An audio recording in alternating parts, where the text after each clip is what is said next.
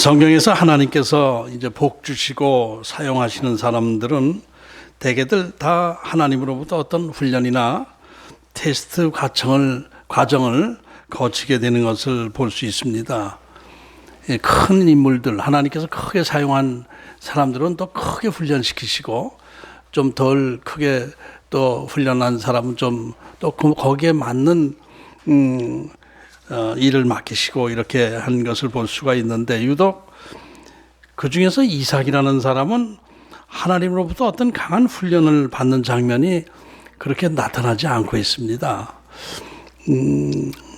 성경에서 이제 아브라함, 또 이삭, 야곱, 요셉 이것을 쭉 기록할 때에 창세기 거의 다 그 이 네 사람에 대한 이야기가 거의 꽉 차지 않습니까? 12장 이후부터 50장까지 요셉이 죽을 때까지 기록되어 있는데, 뭐 야곱도 7, 8장, 아브라함도 7, 8장, 요셉도 엄청 많이 기록되어 있어요. 길게 10장 가까이 기록되어 있어요. 그런데 이삭에 대한 기록은 딱 2장 기록되어 있어요. 26장과 27장. 뭐 이삭의 이름이 그 앞뒤로 나오긴 하지만은 이제 주제로 되는 것은 26장과 27장 딱 2장 나오고 맙니다. 이런 것을 볼 때는 그 이삭의 그 일생이 그렇게 뭐 큰 뭐 변화도 없고 내용도 없이 간단히 지나가는 것처럼 보여요. 그런데 이삭에 대한 그 이삭에 관한 그 내용을 묵상하다 보면은 뭐 특별한 뭐 드라마는 없지만은 그럼에도 불구하고 그 내용이 상당히 알차다라는 느낌을 받게 됩니다. 그러니까 왜 내용이 이렇게 이삭은 너무 모범생에 대해서는 이제 무슨 이런저런 얘기거리가 없잖아요. 좀 말썽꾸러기 아이들 뭐 이런 애들 내용이 많이 있는데, 요셉은 이삭은 모범생이라고 볼 수 있고, 그래서 그 긴 내용은 없지만은 그 핵심 내용을 보면은 아주 그 이삭의 믿음이 그것도 범상치 않다라는 생각을 할 수가 있게 됩니다. 일단 그의 그 일생을 보면은 처음에 모리아 산에서 하나님께 산제물로 바쳐진 사건이 나오잖아요. 이게 보통 사건이 아니거든요. 그 다음에 또 이렇게 가나안 지역에서의 어려움을 겪고 할 때에 이삭의 그 처세, 행동한 것을 보면은 그렇게 만만치 않은 믿음을 가진 사람이다라는 것을 알 수가 있어요. 이삭이 모리아산에서 번제물로 바쳐질 때 나이는 뭐 17, 18쯤 되었을 것이다. 어쨌든 한 20살 미만으로 청소년 때였을 것이다. 이렇게 추정하고 있는데, 그러니까 육체적으로 17, 18살이라면 육체적으로는 뭐 어른의 육체를 다 갖고 있었다고 봐야 되겠죠. 그런데 갑자기 모리아산에서 아버지 아브라함이 이삭을 번제물로 바친다고 이렇게 장작에 눕히라고 할 때에 이삭이 거기서 뭐 아버지에게 항거했다는 기록이 없어요. 그대로 그냥 아버지가 하는 그대로 그냥 번제물로 바쳐졌단 말이에요. 그러니까 처음부터 묶여서 온 것도 아니고 걸어와서 아버지 이 번제물로 바칠 짐승이 없네요. 뭐 이제 이런 상황할 때 네가 바로 번제물로 바칠 그 대상이야라고 할 때 이 장작 위에 네가 누워야 되겠다. 묵자. 뭐 이렇게 되는 과정이 있었을 텐데 거기에 항거했다는 내용이 하나도 없단 말이에요. 이런 것을 보면 이삭이 아버지 말씀에 물론 순종했지만은 이삭이 그 하나님 앞에 번제물로 바친다 할 때에 그냥 순종한 것에는 이삭의 믿음이 작용하는 것이 아닌가 이렇게 볼 수가 있는 거예요. 만일 이삭이 자기를 묶으려고 하는, 갑자기 자기를 묶으려고 하는 그 아버지 아브라함에게 항거해가지고 밀쳐버리고 도망가 버리면은 아브라함의 마음은 어떻겠어요? 속으로 아이고 잘 됐다 이놈아. 내가 너를 어떻게 번제물로 바치는 게 심리야 잘 됐다. 그러면서 하나님 앞에 속으로는 기쁘면서도 하나님 저 이삭이 도망갔는데 제가 쫓아가서 붙잡을 수도 없고 어떻게 하면 좋아요? 이렇게 하고 안 했을 가능성도 있는 거예요. 그런데 이삭은 아버지가 너를 번제물로 바칠 것이다라고 할 때 아무 반항은 하지 않았다 하는 것이 특징입니다. 그것이 그냥 살짝 지나갔지만은 그 상황을 그대로 묵상해 보면은 이것은 이삭의 순종이 결정적인 그 역할을 한 것이다 이렇게 볼 수가 있어요. 그러니까 이삭을 하나님께 번제물로 바친 그 사건은 아버지 아브라함만 칭찬받을 그런 사건이 아니라 아버지 아브라함과 아들 이삭이 같이 함께 같은 마음으로 하나님 앞에 번제물로 바칠 결심을 하고 자식을 바칠 결심을 하고 자기 자신을 하나님 앞에 산제물로 바치겠다라는 그런 이삭의 합동된 사건이다. 이렇게 볼 수가 있는 거예요. 그러니까 두 사람이 같이 의견이 일치됐기 때문에 된 것이지 그렇지 않다면은 이것은 이루어질 수 없었던 것 아니냐 이렇게 볼 수 있는 것입니다. 그래서 그 이삭의 믿음에 대해서 이렇게 묵상을 하다 보면 일단 이삭은 그렇게 대단한 믿음이 있는 것 같이 보이지는 않는데 그러나 그 모리아산 사건을 가만히 묵상하다 보면은 이건 보통 문제가 아니다, 보통 일이 아니다 하는 그런 생각을 할 수가 있게 되는 거예요. 입장을 바꿔놓고 생각할 때 그렇지 않습니까? 그리고 또 한 가지 이삭의 성격에 대해서도 우리가 생각을 할 때 그냥 얼핏 생각하면은 착하고 순한 그런 나약한 성격일 것처럼 보여지기도 하는데 그러나 창세기 26장의 내용을 깊이 묵상하다 보면은 이삭은 결코 착하기만 하고 나약한 성품의 소유자가 아니라는 것을 알 수가 있습니다. 겉으로는 좀 착해 보이고 평화주의자적인 모습으로 보이고 하지만은 그 내적으로는 아주 강한 성품의 소유자인 것을 알게 돼요. 이 창세기 26장 12절 이후를 보면은 이삭이 그랄 지역은 블레셋 쪽입니다. 블레셋 지역입니다. 그랄 지역에 거주하고 있을 때 그랄 지역 사람들로부터 아주 심한 방해와 배척을 받게 됩니다.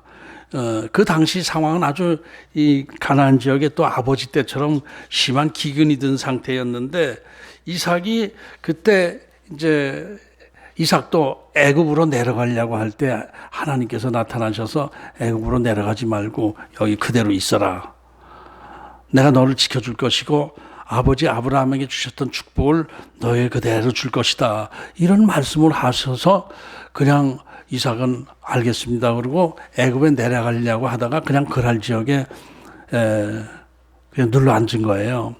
그렇게 했을 때에 하나님께서 이제 약속하신 대로 복을 주시고 100배의 소득을 얻게 하시고 농사도 짓게 됐거든요. 유목민이 농사는 대개 안 짓고 떠돌이 생활만 하는데 이삭은 그랄 지역에 머물면서 그 흉년 기간 중에 농사를 지었는데 100배의 소득을 올렸다고 하고 그뿐만 아니라 양과 소도 엄청 많이 때를 이루게 되고 거느리는 종도 엄청 많아가지고 블레셋 사람들이 오히려 이삭의 세력을 경계하게 된 거예요. 저는 너무 큰데 저 놔뒀다가는 우리를 아주 잡아먹을 가능성도 있다. 이런 두려움이 생기고 해서 그랄 왕으로부터 여기서 떠나라. 여기 우리 땅이니까 여기서 떠나라. 이런 말을 듣게 되는 거예요. 이때 이삭은 어떻게 행동했냐면 종도 때를 소와 양도 때를 이루었고 농사도 잘 지었고 부자가 되고 그러니까 거느리는 종의 숫자도 드러나지 않았겠습니까? 어디서 함부로 그래 한번 붙어볼까 이런 게 아니라 그대로 알겠다 그렇게 하고 떠났어요. 근데 하나님께서 떠나지 말고 여기 있으라 그랬잖아요. 그러니까 이삭이 멀리 가지 않고 조금 옮겨서 산골짜기에서 또 다시 우물을 파고 거기서 또 자리를 잡는 거예요. 그러니까 그 그랄 사람들이 저거 아주 뭐 조금 자리만 비키더니 떠나지는 않고 또 우물을 파는데 물도 잘 나오고 또 잘 되네. 이놈 안 되겠다. 그래서 우물을 막 이 우물을 메꿔버리고 이런 작업을 해요. 그러면 또 이삭은 조용히 떠나는데 아주 멀리 떠나지 않아요. 그 근처 조금 더 멀리 가가지고 또 우물을 파고 또 자리 잡는 거예요. 이런 것을 보면은 이삭이 그렇게 나약하게 무서워서 벌벌 떨면서 간 게 아니라 그대로 거기서 난 이 그랄 지역에서 떠나지 않고 있을 거야. 멀리 가지는 않을 거야. 어쨌든 왜? 하나님이 여기 있으라고 그랬으니까 이런 믿음을 가지고 거기서 이러고 있었던 거예요. 결국은 좀 멀리 좀 변두리 쪽으로 가고 그러니까 아비멜렉도 그랄 왕 아비멜렉도 더 이상 건드리지 않게 되고 이래서 거기를 르호봇이다. 좀 넓은 곳이다. 르호봇이다라는 것은 우리 유명한 그 지역 이름이죠. 르호봇이라는 것은 지역이 넓다, 편안한 곳이다. 이것은 뭐 누가 건드리는 사람 없다 이런 의미의 르호봇입니다. 그렇게 짓고 이렇게 했어요. 이런 것을 보면은 이삭이 결코 겁이 많고 약한 사람이 아니에요. 믿음이 있었던 거예요. 하나님이 여기 있으라고 그러는데 너희들이 뭔데 그래? 이렇게 하면서 거기 있었던 거예요. 이 얘기하니까 제가 옛날 좀 부끄러운 얘기지만 옛날 생각이 나네요. 옛날에 그때 사업이 어려워지면 뒤집어지고 빚을 갚지 못하고 그러는데 어떤 사람이 와서 막 행패를 부리고 그러는 거예요. 그때 제가 뭐라고 그런 줄 알아요? 하나님이 돈을 주셔야 너한테 갚지 하나님이 돈 안 주는데 어떻게 갚냐? 그랬어요. 그랬더니 그 사람이 가만히 있더라고요. 저도 믿음이 있는 사람이죠. 이삭과 같은 믿음이 있는 사람이에요. 이 이삭이 그렇게 됐던 거예요. 그래서 그 유목민이면서 하여튼 그 우물을 파면서 우물도 대여섯 번 팠잖아요. 그 당시 우물 하나만 가지도 한 부족이 넉넉히 살 수 있는 건데 대여섯 번 파면서 그렇게 하니까 능력도 있는 거예요. 사업적 수완도 있던 사람이에요. 기근 흉년이 든 상태에서 농사를 지어서 100배의 소득을 올리고 소떼와 양떼가 늘어나고 거느린 종들도 늘어나고 기근 상황 속에서 물론 하나님께서 축복해 주셔서 그렇지만은 그만한 그 그릇이 되니까 한 것이죠. 야곱은 그릇이 되는 사람입니다. 믿음의 그릇이 있는 사람이었어요. 자기 자신을 산재물로 바친 그런 행동도 그냥 거침없이 했고 또 그랄 왕이 그렇게 계속 배척을 해도 힘들어서 뭐 안 되겠다 멀리 가자 이렇게 한 것이 아니고 하나님이 너 거기 그냥 있어라고 한 걸 순종해서 거기서 떠나지 않는 거예요. 싸움도 안 하고. 그러니까 이 거칠게 한 거 하지도 않으면서 또 그렇다고 또 만만하게 이렇게 놀지도 않았던 것을 볼 수가 있어요. 그런 거 보면 이삭이 그렇게 만만한 사람이 아니다라는 것을 알 수가 있습니다. 그런데 이제 그 이삭의 성격의 특징을 보면은 온유함이죠, 온유함. 이삭의 성격의 특징 온유함인데 이 온유함이라는 말은 헬라어로 프라우스라는 단어예요. 프라우스라는 단어인데 이 온유는 착하고 순한 것만 뭐 따뜻하고 부드럽다가 온유한의 한자를 그대로 번역하면 따뜻하고 부드럽다는데 이것이 겉으로 보이기에 그런 것이 내적으로 강하고 내적으로 강하면서 부드러운 성품을 의미하는 거예요. 외유내강의 그 말이 있죠. 외유내강이라는 거. 겉으로는 부드럽지만 속으로는 강한 이런 분이 성공하는 사람이거든요. 이런 인격이 괜찮은 인격이거든요. 속으로는 약하면서 겉으로 강한 척하는 사람이 항상 문제를 일으키고 약한 모습을 드러내는데 속으로 강한 사람은 겉으로 늘 부드럽습니다. 누가 뭐라고 그래 툭 쳐도 쳐다보고 말아요. 그냥. 발끈하는 게 아니라 이게 온유입니다. 이게 자기를 절제할 수 있는 능력이 온유한 성격이 있는 것이죠. 이삭은 자기 스스로를 절제하면서 다스려 나가는 그런 온유한 성품을 가진 사람이었습니다. 그래서 이삭의 그 일생을 보면은 어느 정도 시련이 닥칠 때도 없지 않아 있었죠. 그죠? 그랄 지역 블레셋 사람들로부터 이렇게 박해를 받고 하는 게 있었지만은 그러나 그때마다 이렇게 거칠게 대항한 것이 아니라 부드럽게 대하면서 처세술로 이를 극복하면서 큰 시련 없이 일생을 보낼 수 있었던 것으로 보여집니다. 왜 이삭에게 그렇게 훈련을 안 했나? 이삭의 그 온유한 성격, 내적으로 강하면서 온유한 믿음, 이것이 하나님으로부터, 이건 뭐 얘는 그렇게 훈련시킬 일이 별로 없다. 스스로 믿음, 기본적인 믿음이 있고 부드럽게 처신함으로 해서 자기 고집을 부리지 않고 해서 그렇게 강한 훈련을 시키지 않아도 너는 내가 복을 줄 만한 그릇이 된다. 이렇게 보셨기 때문에 이삭의 일생은 그렇게 힘든 인생을 살지 않았던 것 아니냐, 이런 생각을 합니다. 이런 생각을 하면서 전에 창세기 강의할 때도 그 얘기를 했지만은 이삭과 같은 그 인격을 가지고 복받는 여러분이 되시길 바랍니다. 성경의 온유한 자에 주시는 축복이 뭐예요? 성경의 구약성경에 땅을 기업으로 받을 것이다라고 그랬어요. 예수님도 팔복 강의하면서 팔복 말씀하면서 그 말씀을 하셨어요. 온유한 자는 복이 있나니 그들이 땅을 기업으로 받을 것이며.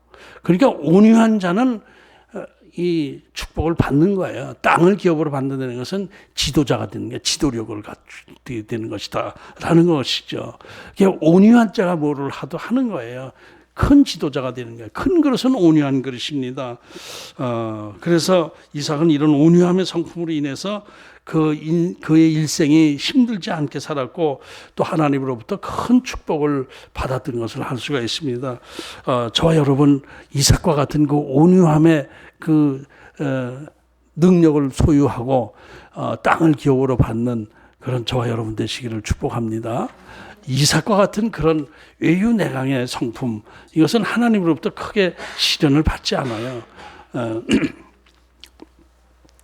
이렇게 창세기 26장에 기록된 내용인데 26장에 이런 이삭의 그 장점이 강하게 표시되었는데, 그런데 이제 이삭의 내용은, 이삭에 대한 기록은 26장과 27장인데 26장은 젊었을 때 이삭이 잘 나갈 때, 정말 하나님 앞에 잘 할 때, 믿음이 괜찮을 때 기록을 딱 했고 27장에 들어가면서부터 전혀 다른 내용을 기록하고 있어요.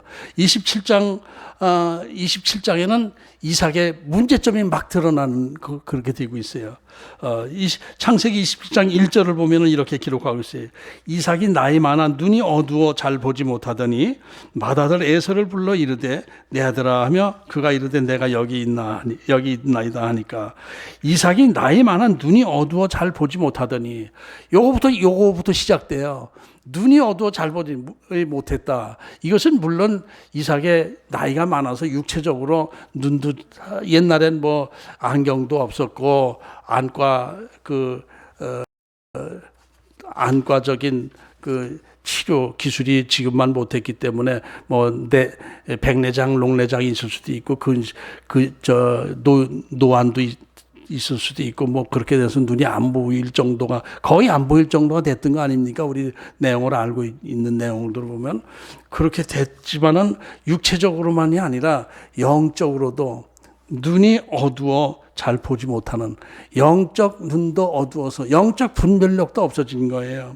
그것을 표시하고 있는 것입니다. 그러니까 이삭은 하나님으로부터 많은 축복을 받아 누리면서 유목민으로서는 큰 힘을 가진 사람이 된 거예요.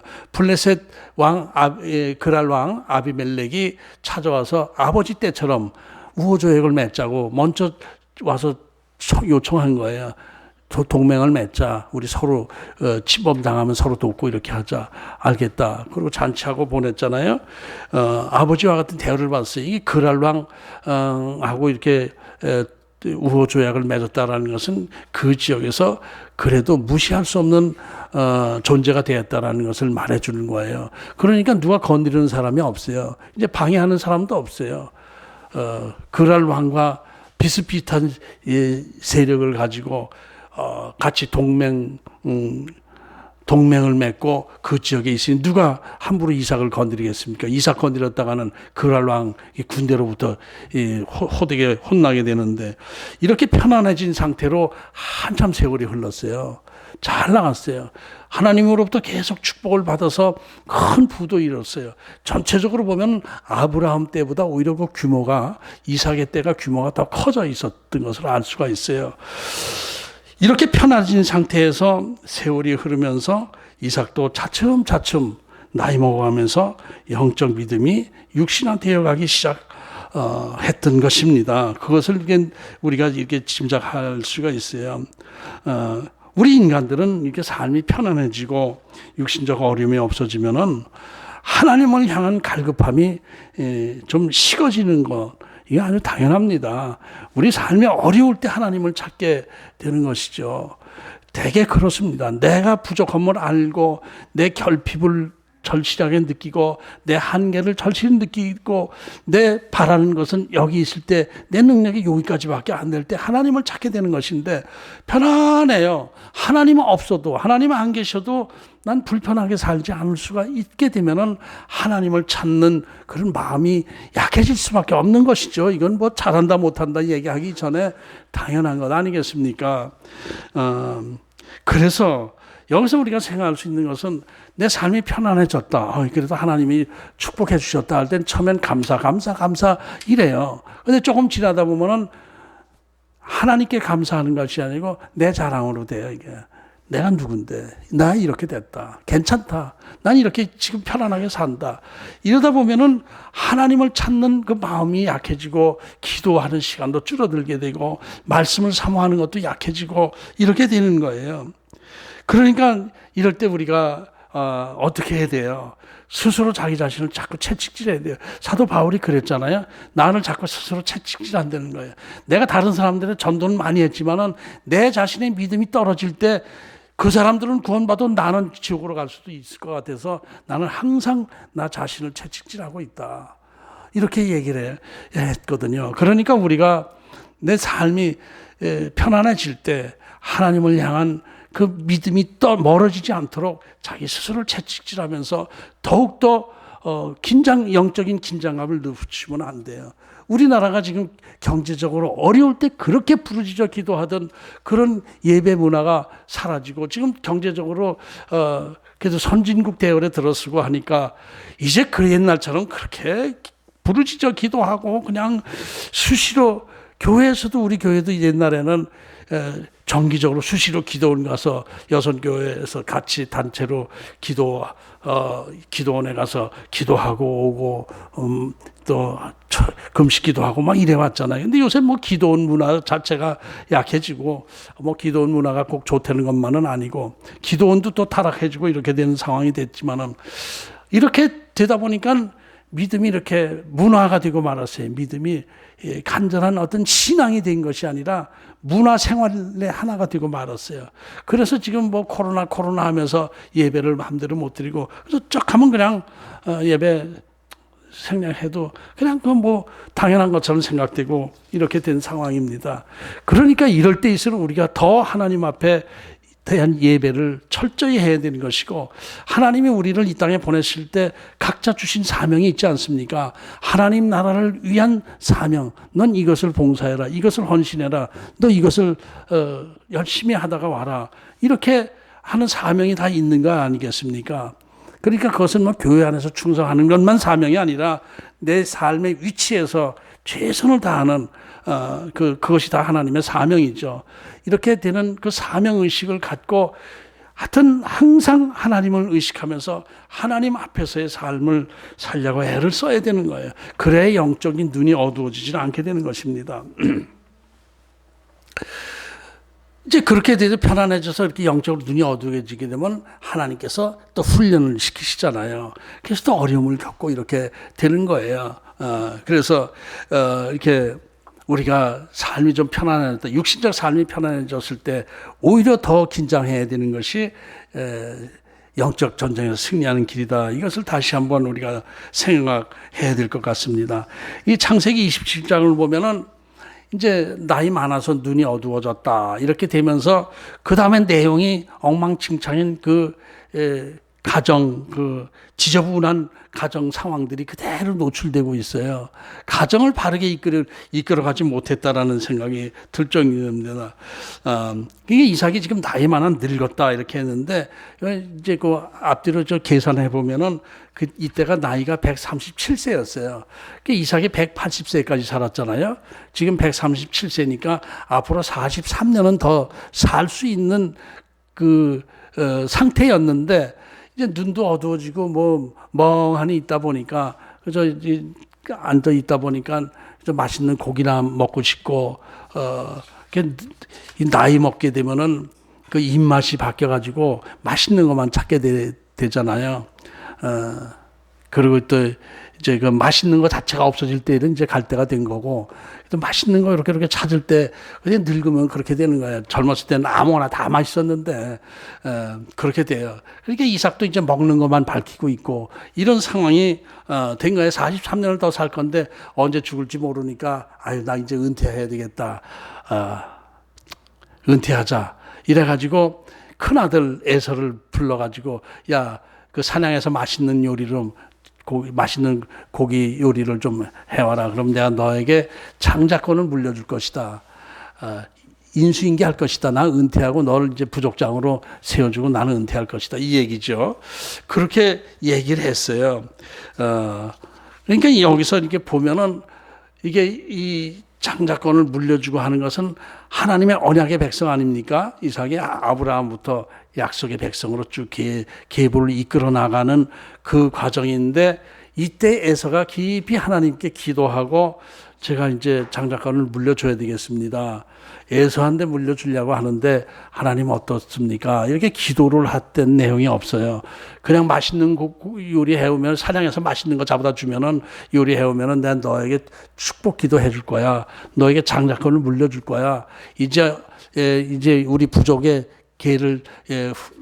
대를 이어가는 존재가 될 거야. 이렇게 얘기한 거예요. 그러니까 이것은 완전히 인간적이 된 것이죠. 정말 그 하나님의 약속의 그 후손으로서 적합한 거 아닌가 이런 것은 전혀 생각하지 않았거든요. 에서는 그냥 그 지역 해쪽 속 여인들하고 막 2명 결혼하고 막 이렇게 돼가지고 그 행동이 영 그 하나님 앞에 바로 서는 삶은 아니었죠.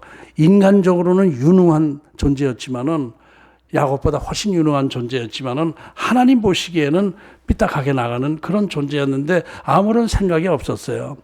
그리고 에서에게 축복을 해주려고 하는데 이때 부인 리브가가 그 얘기를 엿듣게 돼요. 근데 리브가에게는 또 다른 생각이 있잖아요.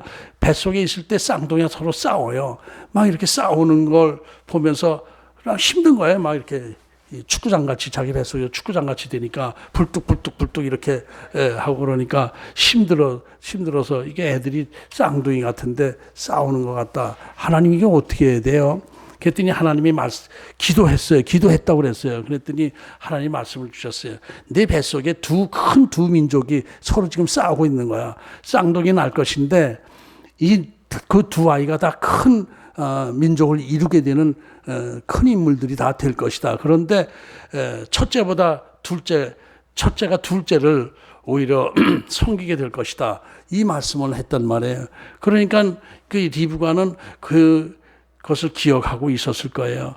이게 둘째가 그러면 하나님의 언약의 백성으로서 계승을 받게 되는 것이다. 이렇게 생각을 하고 있었는데 자기 남편한테 얘기를 했겠죠. 그 당시에 젊었을 때 부부가 그 뱃속에 싸우는데 하나님이 이렇게 말씀하셨어요. 그런데 이삭이 그것을 그냥 흘려들었는지 잊어먹었는지 모르지만 아무 생각 없이 강한 에서, 육신적으로 강한 에서를 그냥 후계자로 삼으려고 했던 것이죠. 그러니까 리브가도 답답하고 남편이 또 고집이 있는 사람이니까 이 착한 사람이 고집이 있잖아요. 되게 착한 사람이 고집이 있어요. 그리고 이제 거칠거칠한 사람이 고집은 없어요. 막 발광해놓고 막 다른 사람한테 막 모욕을 주고 이렇게 해놓고 미안해. 그리고 또 잊어먹고 이러는데 이 착한 사람은 고집이 있습니다. 겉으로는 부드러워도 속으로는 자기 아주 고집을 꺾지 않아요. 그러니까 리브가가 그 남편 이삭의 성격을 알고 이거 그냥 놔둬서는 안 되겠다. 이래서 꾀를 부린 게 우리가 다 아는 내용대로 야곱이 에서로 변장해서 축복을 받은 것이죠. 그런데 이제 이 축복받을 때 그 내용이 창세기 27장 28절 29절에 축복 기도의 내용이 기록되어 있는데 이렇게 되어 있어요. 하나님은 하늘의 이슬과 땅의 기름짐이며 풍성한 곡식과 포도주를 내게 주시기를 원하노라. 만민이 너를 섬기고 열국이 내게 굴복하리니 내가 형제들의 주가 되고 내 어머니의 아들들이 내게 굴복하며 너를 저주하는 자는 저주를 받고 너를 축복하는 자는 복을 받기를 원하노라.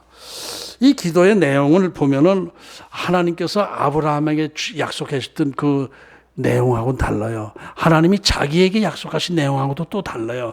이것은 그저 이 육신적인 것, 땅의 땅의 축복을 많이 받고 이제 지도자가 될 것이고 너한테 다 굴복할 것이고 너를 축복하는 자는 걔도 축복받고 너를 저주하는 자는, 이건 이제 아브라함에게도 하신 말씀이지만은 전체적으로 이것은 하나님의 약속하고는 조금 거리가 먼 이삭의 개인적인 소원을 얘기를 한 거예요. 개인적인 소원을 얘기한 거예요. 영적인 내용이 아니야. 영적인 축복 기도가 아니야, 이게. 하나님은 후손 많게 해주고 하나님이 약속하시건 많은 후손들 중에 이 영원한 하나님 나라를 세워나갈 계승자를 만들어낼 것이다. 이런 게 포함되어 있었지만 이게 그런 게 아니고 그저 땅에 기름진 땅에서 그저 이 풍성한 열매를 맺는 삶 살 것이고 다른 사람들이 너한테 무릎 꿇게 될 것이고 지배자가 될 것이다. 뭐 이런 것만 딱 얘기를 했단 말이에요. 그러니까 이것은 분명히 하나님이 주신 말씀으로 축복한 것이 아니라 자기 생각으로 축복한 거예요. 그런데 이제 그렇게 보여지는데, 그런데 오늘 히브리서 오늘 본문 짧으니까 다시 제가 봉독하면은 믿음으로 이삭은 장차 있을 일에 대하여 야곱과 에서에게 축복합니다. 장차 있을 일에 대해서 축복했다라고 하는 것은 예언적 기도를 얘기하는 것이죠. 미래에 일어날 일, 하나님의 뜻 안에서 이렇게 될 것을 축복 기도 했다라고 지금 믿음으로 그렇게 했다고 그러는데 전혀 이것은 아니거든요. 장차 하나님의 뜻 안에서 이루어질 일을 믿음으로 축복 기도한 것이 아니라 자기 생각, 자기 소원을 그대로 그냥 해준 거예요.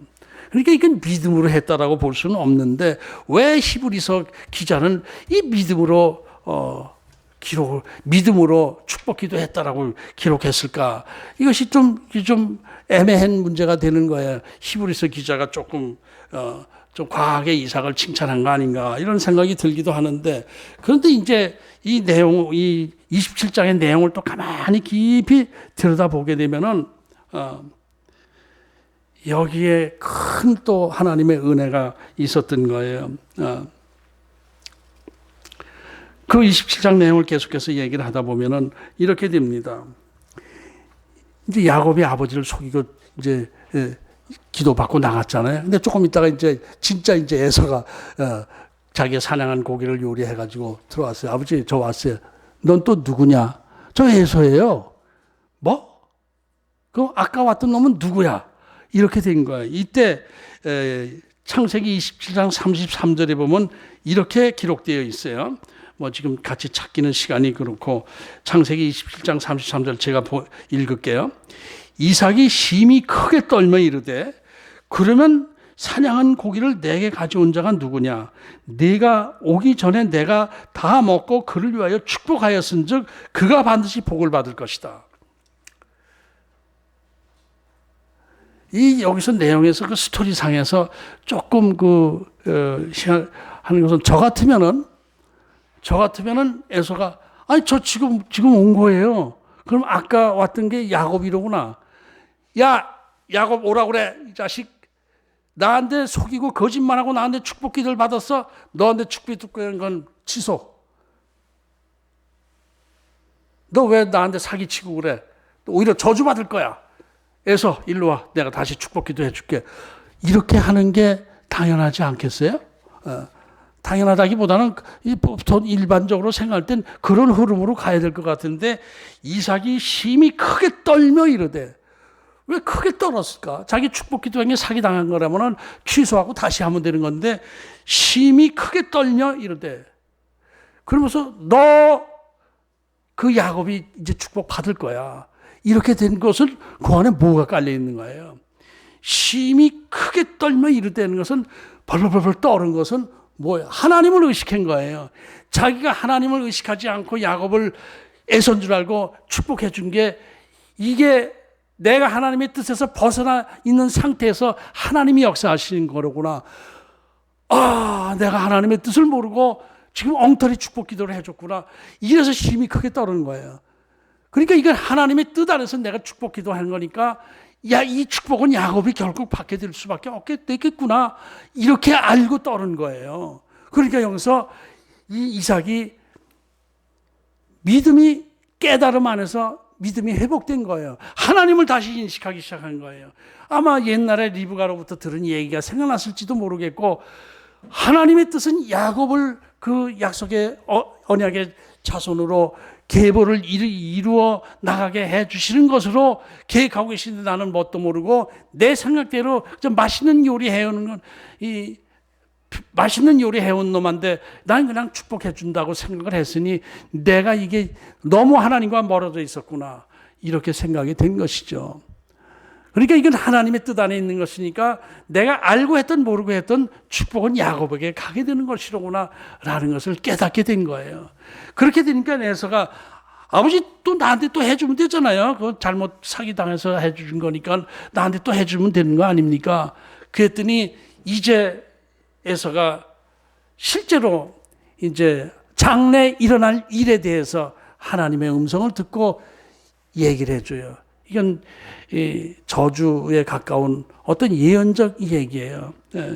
너는 그 기름진 땅하고 거리가 멀고 맨날 칼싸움하고 이렇게 하면서 살아가야 되는 아주 각박한 존재가 될 것이다. 이렇게 예언을 했고 실제로 에서는 그렇게 됐죠. 크게 되긴 했지만은, 그러나 이 전쟁하고 이렇게 한 에덴 족속 그렇게 살다가 결국은 이제 이리저리 시달리고 그러다 다시 유다 가나안 쪽으로 들어와서 이스라엘 민족에 그냥 섞이고 말았어요. 섞여서 처음엔 따로 에돔 족속이 따로 살았다가 나중에 섞여버리고 말았어요. 헤롯 왕이 에돔 족속 아닙니까? 그 중에서 왕이 된 거예요. 이렇게 된 거예요. 그러니까 이것은 믿음으로 에서에게 얘기한 것은 예언적인 기도인데, 하나님의 뜻 안에서 장래 있을 일을 믿음으로 얘기를 해준 거예요. 이제 그것으로 끝나는 것이 아니라, 이렇게 되니까 에서가 이 야곱에게 감정을 갖고 죽여버린다 이렇게 되니까 안 되겠다, 그대로 놔뒀다간 자식들 다 죽게 되겠구나, 이렇게 해서 리브가가 야곱을 하란 땅으로 보내면서 아버지한테 인사를 드리라고 할 때, 그 이삭이 그때 이삭이 야곱에게 기도를 해주는데, 그 기도의 내용이 성경에 나와 있는 내용대로 기도를 해줬어요. 창세기 28장 3절 4절에 보면 그 야곱을 하란 땅으로 보내면서 축복 기도하는 내용인데, 전능하신 하나님이 내게 복을 주시어 내가 생육하고 번성하게 하여 내가 여러 족속을 이루게 하시고 아브라함에게 허락하신 복을 내게 주시되 너와 함께 네 자손에게도 주사 하나님이 아브라함에게 주신 땅 곧 내가 거류하는 땅을 내가 차지하게 하시기를 원하노라. 요 내용이 뭐예요? 아브라함에게 주셨던 하나님의 말씀, 약속의 말씀이고, 자기에게도 이런 약속의 말씀을 해주신 것을 야곱에게 계승시켜주는 진짜 기도를 한 거예요. 진짜 하나님의 뜻 안에서 믿음으로 기도한 거예요.